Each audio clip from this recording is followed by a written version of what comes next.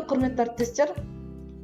Бүгін біз Google Forms бұлттық технология ғой, біз бұлттық технологияда қалай жұмыс жасау керек екенін үйренетін боламыз.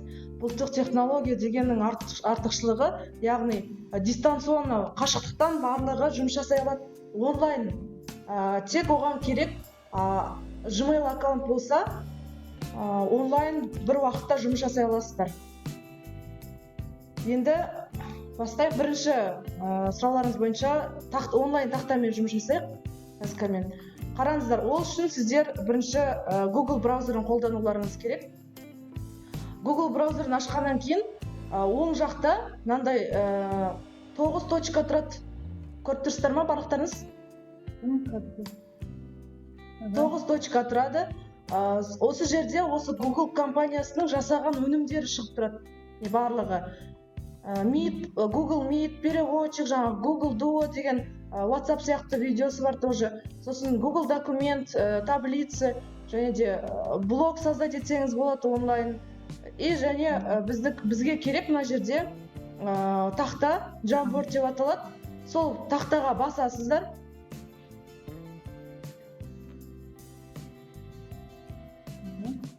Сол кезде қазір мен өзімнің новый аккаунтын өзгертейін. Яғни сіздерге осындай пустой ештеңесіз тақта шығады, терезе шығады бірінші. Сол кезде сіздер қалай тақтаны қосасыздар? Мына төмен жақта морковный цветпен плюс деген значок тұр. Көріп тұрсыздар ма барлықтарыңыз? Мына жер тұр. Соны басасыздар. Соны басу арқылы сіздер тақта қосасыздар. Менде уже бірінші онлайн тақтам қосылды. Не көріп тұрғандарыңыздай. Енді осы жерде, мысалға, Zoom арқылы өтіп жатырмыз, Zoom арқылы осы онлайн тақталарыңыз қосып, мына жерге бүгінгі тақырыпты жазып, мысалға, яғни бүгінгі семинар немесе лекция тақырыптарыңызды жазасыздар да, одан кейін тақырыптарыңызды түсіндіретін болсаңыздар, ручканы қолданып жазсаңыздар болады. Мына жерде ручка бар. Немесе мен сияқты мынандай тексті қолданып жазсаңыздар болады. Әдемі жазылған қаласаңыздар, тексті қолдансаңыздар болады. Одан кейін, мысалға, заранее осыны дайындап қойсаңыздар да болады. Заранее дайындап қойып, мына жерде бірінші қаламсап, одан кейін өшіргіш, жаңағы таңдау батырмасы, одан кейін стикерлер бар. Стикерді басқан кезде осындай әртүрлі цветтер пайда болады. Жасыл, көк, розовый, морковный цветтер. Сол стикерлерға мысалға сұрақтарыңызды қойып қойсаңыздар болады. Мысалға сұрақтарыңызды дайындап, сохранить етіп қойсаңыздар болады. Әртүрлі түспен.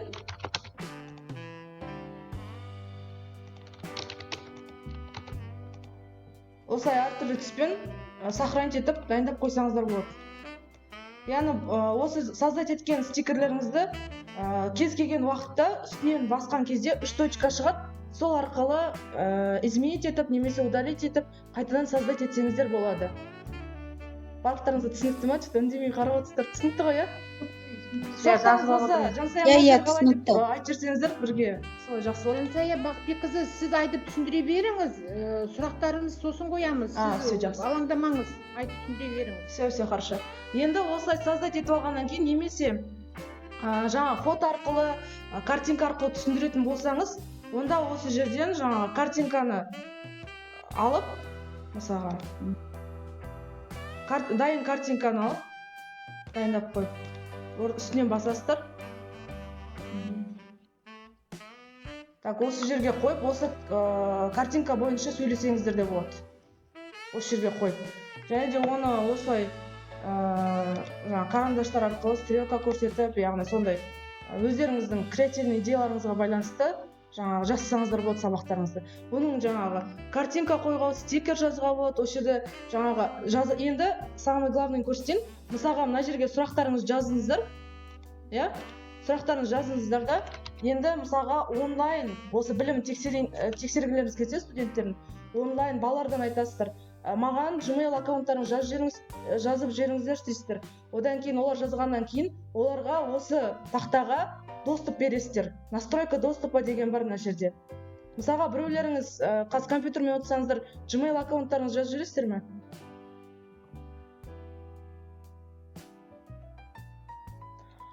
Яғни настройка доступын басқан кезде осы жерге жаңағы балалардың Gmail аккаунттарын жазасыздар да, одан кейін бұл жерде жаңағы редактор ретінде ол студент қосылады.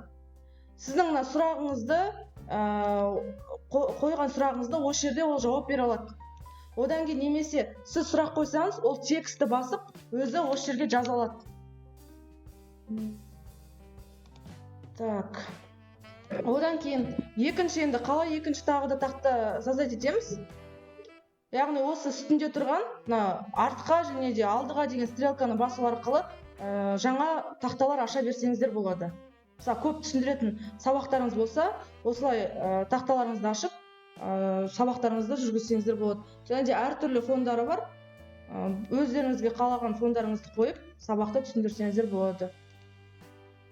Енді бұны сохранить ету үшін мына жерде 3 кнопка тұр, 3 точка тұр. Соны мысалға фото түрінде, PDF түрінде сохранить етіп алсаңыздар болады.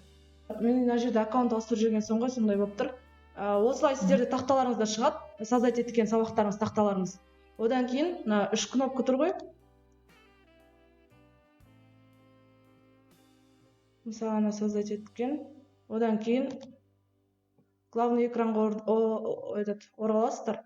Одан 3 кнопка тұр ғой. Соны скачать как PDF деп скачать етіп аласыздар. Сол кезде осылай шығады. Көрініп тұр ғой, мен жаңа новый аккаунтпен скачать етілмей жатыр, но менің старый аккаунтта осылай скачать етіледі. Көрініп тұр ғой, сіздерге?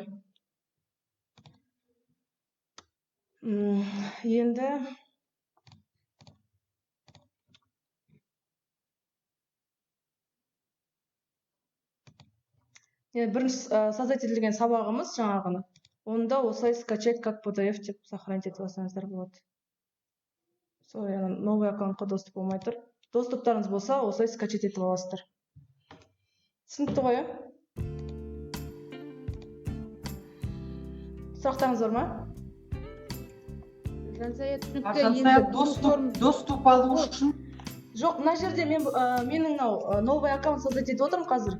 Жаңадан барлығын көрсету үшін, сол үшін қазір мен оған доступтың бәрін настройка жасаған жоқпын да, одан скачать етілмей тұр. Ал менде өздеріңіздің жаңағы старый аккаунттарыңыз болса, өздеріңіздің аккаунттарыңыз, ол кезде ол без проблем скачать етіле береді. Мына жерде мен қазір өз аккаунтпен кірем.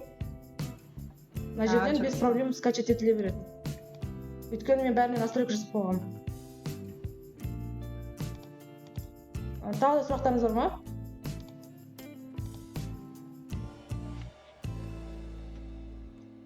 Мысалға, тағы да қайтадан кірген кезде, осы жерде тұрған плюс батырмасын басасыздар. Күтесіздер, сіздерде новый тақта пайда болады. Яғни, каждый, мысалы, әр күнде болатын сабақтарыңыздың тақталары осы жерде сохранить етіп тұрады. Бұл бұлттық технология ғой, бәрі онлайн сохранить етіп, онлайн басқа балаларға доступ беріп қойсаңыздар мына жерден. Бір емес, мысалы 15-20 балаларға доступ беріп қойсаңыздар, балалар осы жерден өткен тақырыптарыңызды осы жерден де көре береді. Маған жаңа біреу жіберді, кім жіберді, қазір көрейін, Gmail. Айдана Құмарбек жіберген. Жаңағы Zoom-ға жіберіңіздер деп сұрайсыздар, өздеріңіз удобно болу үшін. Одан кейін настройка доступа басасыздар. Мына жерге пользовательді қоясыздар. Көрініп тұр ғой? Енді оны мына жерден қараңыздар. Ол қойған соң жаңа пользовательді как читатель ретінде қойсаңыздар болады, как редактор ретінде қойсаңыздар болады. Редактор ретінде қоятын болсаңыздар, жаңағы бұл жерден барлығын фотоны, текстін бәрін қоя алады. Читатель ретінде қоятын болсаңыздар, сіздің жаңағы берген бүкіл сабақтарыңыздың материалдарын оқи алады. Көре алады. Редактировать ештеңе ете алмайды. Сонымен қазір осылай редактор ретінде отправить етеміз. Айданаға уведомление келеді. Осындай названиясы мысалға бірінші сабақ, екінші сабақ деп өзгертсеңіздер болады. Сол сабақ мысалға фамилиямен, сол кезде ол Айданаға уведомление келіп тұрады. Мысалға файл жан без названия, доступ сұрап тұр, рұқсат етесіз бе деп. Айдана сізге барды ма?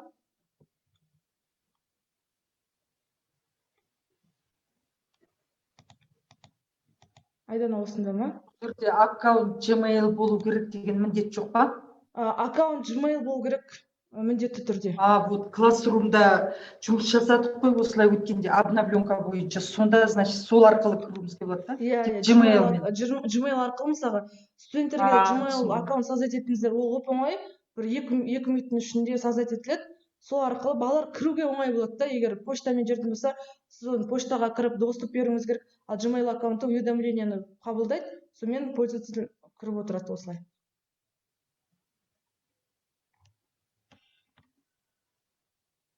Также солай жақсы, рахмет Жансая Бақбекқызы. Google форм туралы баяндасаңыз, себебі уақытыңыз. Иә, кеттік, онда соған барайық.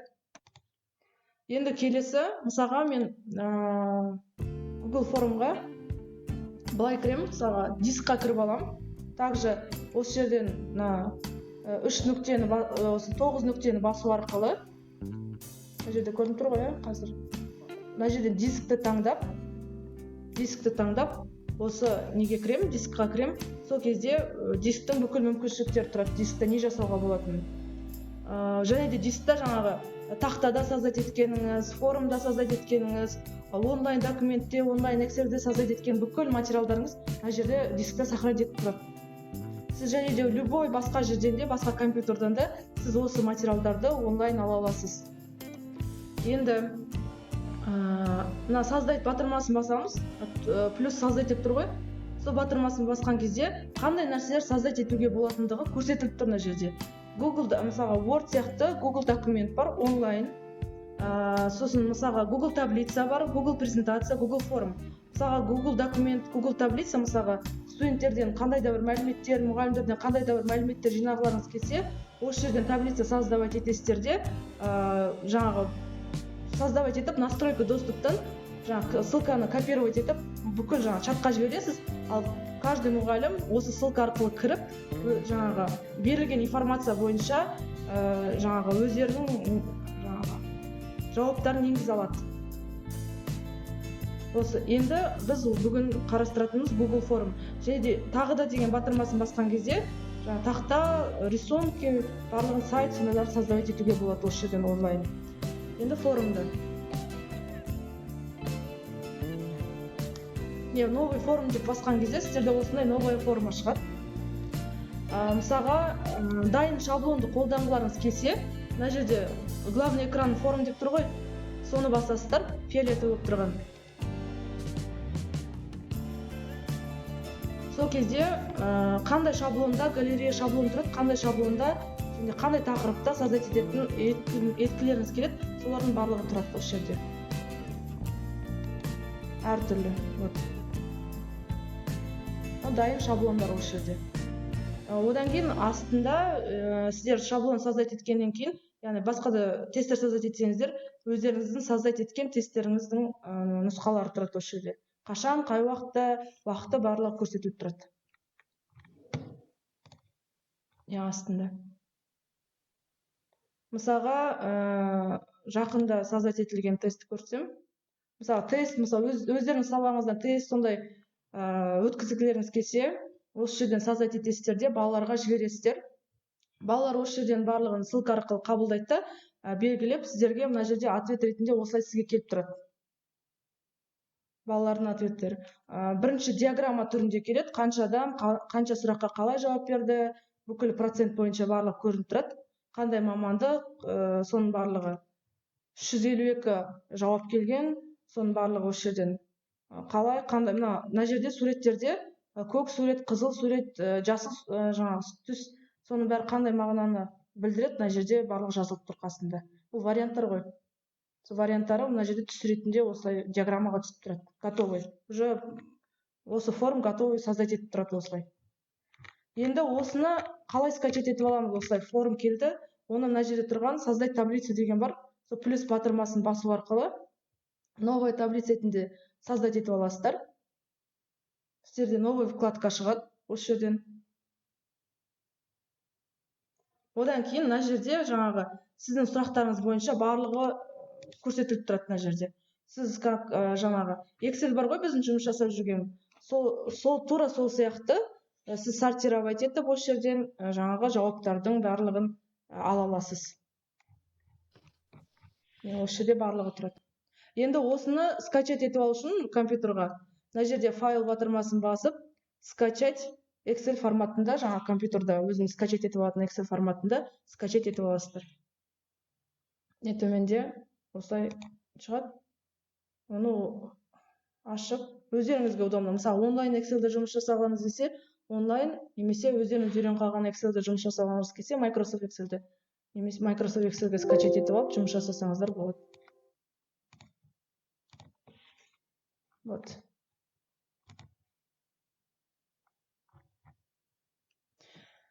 Енді осындай тестті қалай создать етеміз? Так.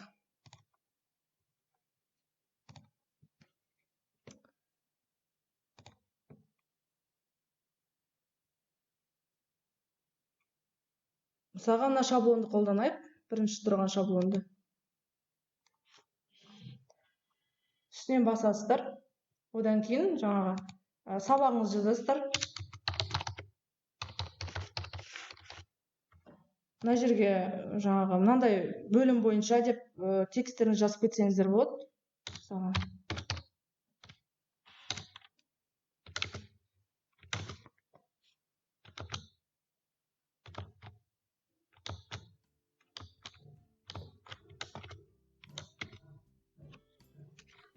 Öyle Балтабаевна өткенде осылай келді ғой бізге, иә, тесттер, помните? Курста. Я Алмагүл Апетаевна, сол обновленкада осылай вот. Я жақсы екен, мынаны үйреніп алсақ балаларға жергенде. Мысалға, бірінші бөлім бойынша деп жазып қоясыздар. Одан кейін, мысалға, мына жерге бірінші фамилия, имяларын жазыңыздар. Одан кейін, мына жерде нұсқалар беріледі. Мысалы, аты жөндерін қалай жазу керек? Жаңағы краткий текст арқылы, абзац арқылы, жаңағы үлкен көп. Мыналар уже үшеу тұрған, уже ол тестке байланысты. Мына жерде біз бірінші текст строка деп таңдаймыз. Бізге кратко ответ етеді аты жөндерін жазу үшін. Одан кейін мына жерде мына галочка жабылып тұрады. Оны сіздер обязательно вопрос деп ашып қоясыздар. Егер бала мысалға 10 сұрақ берсеңіздер, 10 сұрақта осындай обязательно вопрос болса, балалар мысалға 8-не жауап беріп, одан кейін 9-10-на жауап бермей өткісі келсе, өткізбейді, ол жерде жазып тұрады. Мына 9-шы, 10-шы сұраққа жауап беріңіз, одан кейін тестті бітіресіз деп жаңағы сообщение шығып тұрады. Сол үшін сондай сообщение шығып тұру үшін сіз обязательно вопрос деп мына галочканы ашуыңыз керек. Түсінікті ғой, не туралы. Егер компьютерларыңыз болса, менімен бірге создать етсеңіздер болады. Одан кейін екінші электронный почталарыңызда да осылай жазсаңыздар болады. Ал үшінші бізде сұрақ жасайық, құрастырайық. Так.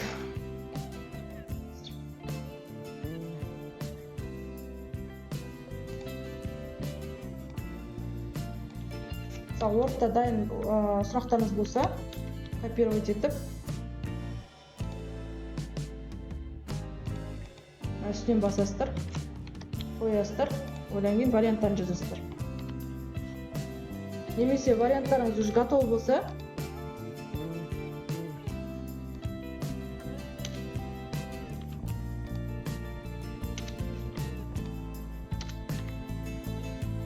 осылай жазып аласыздар да, одан кейін ответы дегенге басасыздар. Мысалға, осы сұрақ, бірінші сұраққа қанша балл бересіз? 1 балл ма, 2 баллдық сұрақ па, 3 баллдық сұрақ па, осы жерден баллдарын көбейтіп азайтасыз. Немесе балл бермейсіз. Одан кейін мысалға қайсысы дұрыс болады, сол қай жауап, қай вариант дұрыс болады, соны белгілеп кетесіздер. Алдын ала осы жерде. Түсінікті ғой? Одан кейін готово батырмасын басасыз, сізде уже бірінші сұрақ дайын. Одан кейін екінші сұрақты создать ету үшін тағы да копировать етіп аласыздар да, екінші сұраққа қойып. Тоже мына жерден жаңағы, мысалға сіздің сұрағыңыздың бірнеше жауаптары бар. Ол үшін мына нені таңдайсыздар, мына нұсқаны. Егер бірақ жауап болса, один из списка деп осыны таңдайсыздар. Немесе бір немесе 2 жауап болса, онда несколько из списка деп осыны таңдайсыздар. Одан кейін мына жерде сразу беріп тұрады, правильный ответ қанша, 2 ма 3 ма. Егер 2 болса 2-ін көрсетесіздер. Одан варианттарын тоже жазып аласыздар осылай. Одан кейін мына жерде қайтадан ответ дегенге басасыздар. Осыған 1 балл ма 2 балл ма балды бересіздер де, қай жауап дұрыс, соларды белгілейсіздер. Сосын окей батырмасын басасыздар. Болды. Және де міндетті түрде мына нені ашу керек. Обязательный вопрос дегенді. Одан кейін енді мысалға бір программа бересіздер. Бір программа бердіңіздер, мына жерге жаздыңыздар, осы жерге. Енді осының сіздерге несін енгізу керек? Фотосын салу керек балалар. Өздері компьютерда жасап, одан кейін фотосын осы жерге загружать ету керек. Ол үшін загрузка файлов деген таңдайсыздар. Мысалға, фотоның максимальный файлы қанша, 10 мегабайт па, 100 мегабайт па, және де қанша количество файлов требовать етесіз, соның барлығын указывать етесіздер. 5 ма, 10 ма, немесе бір скриншот или бір фото жетеді десеңіз, біреу деп өздеріңіз барлығын жасайсыздар. Және де қанша память болу керек, оның барлығын осы жерден белгілейсіздер. Одан кейін барып, қанша балл бересіз, осыған егер фото жіберсе, соның барлығын қоясыздар. Одан кейін сохранить деп басасыздар. Тағы да екінші, одан кейін мысалға сұрақтарыңыз бітіп қалды, оны мына жерден плюс деген батырмасы арқылы басасыздар. Мына жерде плюс батырмасы, вопростарды импортировать етсеңіздер болады. Жаңағы раздел бойынша названиялар жазсаңыздар болады, описание. Фото қойсаңыздар болады, видео қойсаңыздар болады. Және де мысалға мынаны басқан кезде разделға бөлінеді. Мысалға бірінші сұрақ, бірінші вариант, екінші вариант деп осылай жазсаңыздар болады осы жерде. Одан кейін бізде үшінші сұрақ фото қою осылай тұрады. Балаларда да мына жерде сұрақ тұрады. Мысалға ұзындығын табыңдар, немесе Пифагор теоремасын жасаңдар, или есеп беріп қойсыздар, соны фотоға түсіріп балалар жасау керек. Одан кейін мына жерге название жазасыздар, сұрақ қосасыздар. Мына жерде тағы да мүмкіншіліктері. Енді мысалға осындай сұрақтар жазсаңыздар болады балаларға.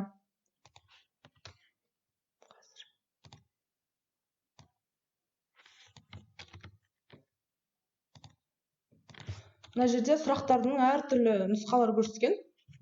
Только вариант бойынша емес, жаңағы сұрақтар бересіздер, соның ішінен жаңағы соответствие арқылы табуға да болады.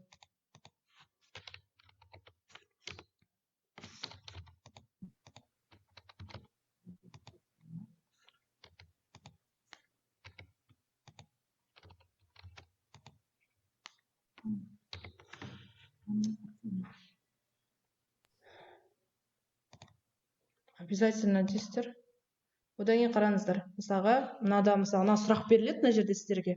Осы жерге жаңа мен жазған жазуларда сұрақ беріледі. Соның қайсысы дұрыс? Сіздер соған мысалға, мынаған бұл жауабы дұрыс. Оған балл беріп кетесіздер. Одан кейін мына сұраққа мына жауап дұрыс. Мына сұраққа мына жауап дұрыс деп, мына жерге балдарын қойып создать етесіздер. Енді осы сұрақтарымыз қалай көрініп тұрады? Мысалға, өздерін создать етіп отырып, көргілеріңіз келеді, ол үшін көз батырмасын, просмотр батырмасын басасыздар. Сол кезде сіздің создать еткен сұрақтарыңыз осылай, жаңағы студентте қалай көрінеді, солай көрсетіліп тұрады сіздерге.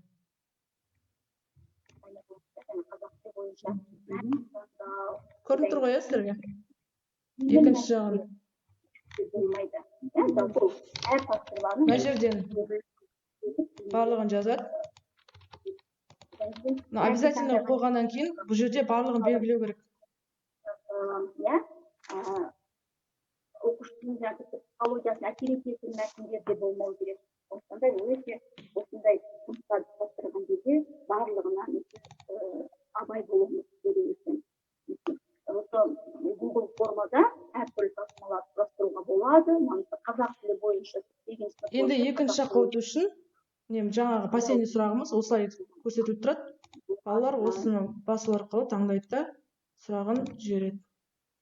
бұл жерде оқушылардың жауаптары барлығы көрініс тұрады. Кім қандай орындады? Сұрақтарыңыз бар ма? Және де мен жауап бердім. Соның ответі сіздерге бір ответ деп келіп тұрады мына жерден. Осы жерден статистиканы көре аласыздар. Бағалау критерийлерін анықтауды керек. Сұрақтарыңыз бар ма? Бұл жерде жаңағы тоқсандық жұмыстарды қалай құрастырамыз, аудионыз қосасыз ба? Сіздер барлықтарыңыз биылғы әдістемелік кешіріңіздер, микрофонды өшірсеңіздер, кім қосып отыр микрофонды? Мәулім апайдың дауысы. Так, сұрақтарыңыз бар ма?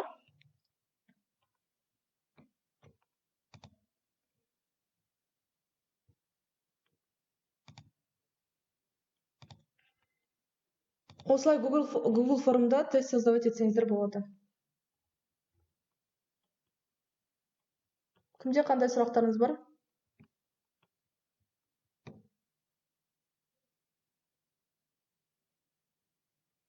Және де бұл создать еткен тесттарыңызды сохранить етпейсіздер. Ол уже автоматически сіздердің уже аккаунттарыңызда сохранить етіп тұрады. Оны көру үшін жаңа фиолетовый батырманы басасыздар. Мына жерде уже сіздің создать еткен тестіңіз дайын тұр. Корректировать ететін болсақ не істейміз? Корректировать ететін болсаңыздар, үстінен басасыздар да қайтадан. Одан кейін осы жерден үстінен басып өзгерте бересіздер. Өзгереді, иә? Иә, одан кейін енді осы тест создать етіп болдыңыздар ғой. Енді отправить ету керек осы тестті. Ол үшін отправить батырмасын басасыздар. Одан кейін электронный почта арқылы жіберсеңіздер болады. Негізі ең ыңғайлысы ссылка арқылы жіберген дұрыс. Осы берген ссылканы копировать етесіздер де WhatsApp-қа жібересіздер. Одан кейін бірінші настройкасын жасап алуларыңыз керек. Ол үшін настройкаға басып, мына жерде мысалға осы галочканы обязательно қою керек. Мысалға әр адамда өз бір аккаунт болады қой. Сол бір аккаунт арқылы тест тапсырды ма, екінші рет ол аккаунт арқылы олар тест тапсыра алмайды, егер осы галочканы қойсаңыздар. Одан кейін презентация и тесті, мына жерде тестіңіз бітеді қой. Сол кезде балаларға бүкіл ответтер, қандай ответ дұрыс емес, қандай ответ дұрыс, барлығын көрсетсін деп мына жерде галочка қойып тұр. Көрсетпесін десеңіз, бүкіл галочканы алып тастайсыздар, только балын ғана көрсетсін деп галочка қойып қоясыз. Сол кезде балалар мысалға 10 сұраққа жауап бергеннен кейін, оған только шығады, мысалға сіз 10 сұрақтың 8-іне немесе 5-іне жауап бердіңіз деп қана шығады. Сонымен осылай бүкіл настройкасын жасап алғаннан кейін, сохранить етесіздер де, отправить кнопкасын басып, мына жердегі екінші батырманы таңдап, копировать етесіз де WhatsApp-қа, жаңағы группаға жібере бересіз. Сол сұрақтарыңыз бар ма? Жансай апай, сынан жазып, сосын жібере аласыз ба бізге қайтадан изучать етуге? Иә, жібере аламын. Одан кейін мүмкіндіктер негізі көп. Мына жерде 3 кнопканы басқан кезде, жаңағы мысалға, осы сабақтан Жансая Бақытбекқызы желательно айта беріңіз. Жансая Бақытбекқызы, жария, сізге көп рахмет. Өте тамаша. Енді сіз бар ғой, мүмкіндігінше сіз видео түрінде жасап, сол видеоны ұсынсаңыз, өйткені бізде көп мұғалімдерімізге мүмкіндігінше ана Маржан Сабаровна вечно сол видео түрінде жібереді ол бізге, да, инструкциясын. Сол түрінде жіберсеңіз, вообще-то, мұғалімдерге өте ыңғайлы болар еді. Қажет кезінде қарайды, қарап әрі қарай сізге қайта сұрақ қоймай, барлығын өздері жасауға. Жансая, менде сұрақ бар. Иә. Сұрақ қойсам бола ма? Болады. Жансая, сонда бұл тек қана Google Chrome'да ғана пайдаланатын нәрсе ма? Басқа программаға кіргізе алмаймыз ба? Kahoot, например. Жоқ, Kahoot'ты өзін создать етсеңіз болады ғой, Kahoot'ты. Microsoft Times'қа кіргізе аламыз ба? Иә, Microsoft Times'қа кіргізе аласыз. Ссылкасын жаңа Microsoft Times'қа, даже Moodle'ға мысалға сіздің экзаменіңіз болады қой. Соған ссылканы қоя салсаңыз болады. Ссылка деген бар ғой. Соған осының ссылкасын қойып. Тек осылай жасап, ссылкасын жібере саламын. Иә, мен осылай жасаймын. Копировать етемін де, ссылка Moodle'ға қоя саламын. Бүкіл тесттен өткен соң барлық ответті, барлығын осы Google форм санайды. Соның ответтері бойынша бағасын қоя саламын. өте жақсы. Одан Өте кейін жақсы. мына жерде мысалға екі мұғалім бір сабақтан создать ететін болса, жаңағы мысалға Жанат апай сіз создать ететін болсаңыз, екінші мұғалімнің Gmail аккаунтын алып, ол кісіге жаңағы бағана сияқты настройка доступ берсеңіз болады. Осы жерге Gmail жазасыздар да.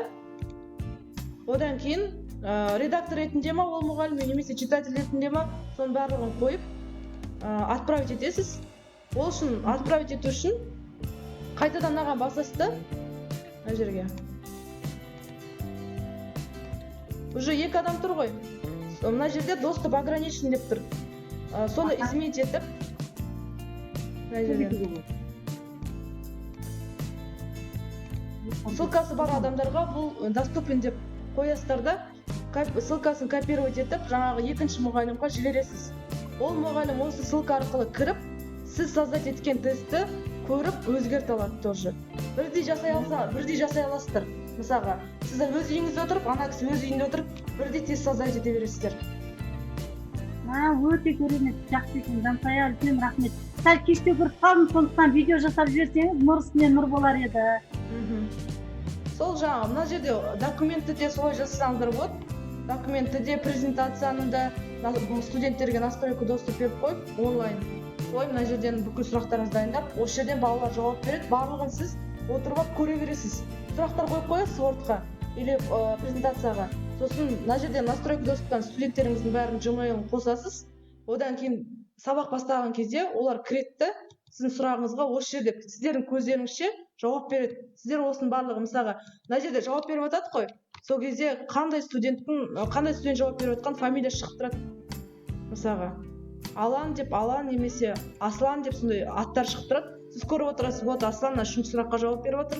Азамат 4-ші сұраққа, Айдана 5-ші сұраққа жауап беріп отыр деп бүкіл осы жерден Zoom арқылы, Google Meet арқылы көріп отырасыз осы жерден.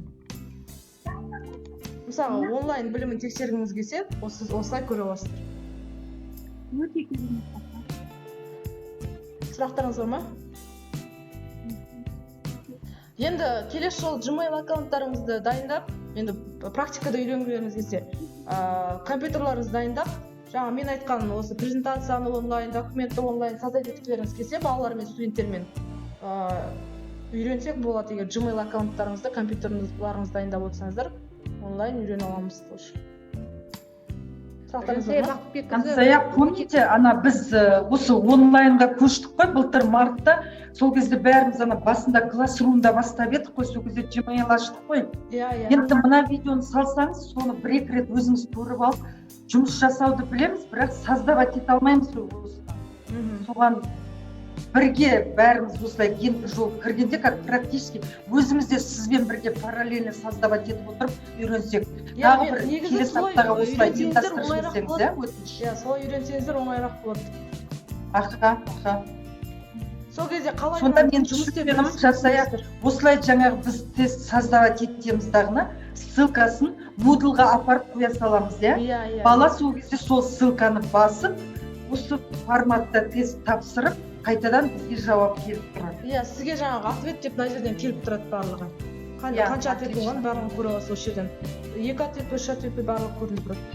Содан сіз Excel-ға скачать етіп аласыз да, сортировать етіп, кім қанша балл алғанын барлығын көре аласыз. Мысалға, мына тестті 4 группаға тапсырып, бірақ обязательно группасын жаздыртып, мысалға P2A болса, P3A, сол P2A мен сортировать етіп балдарын көріп шығасыз. Excel оңай ғой, сортировать еткенге. Көп қиындық тудырмайды.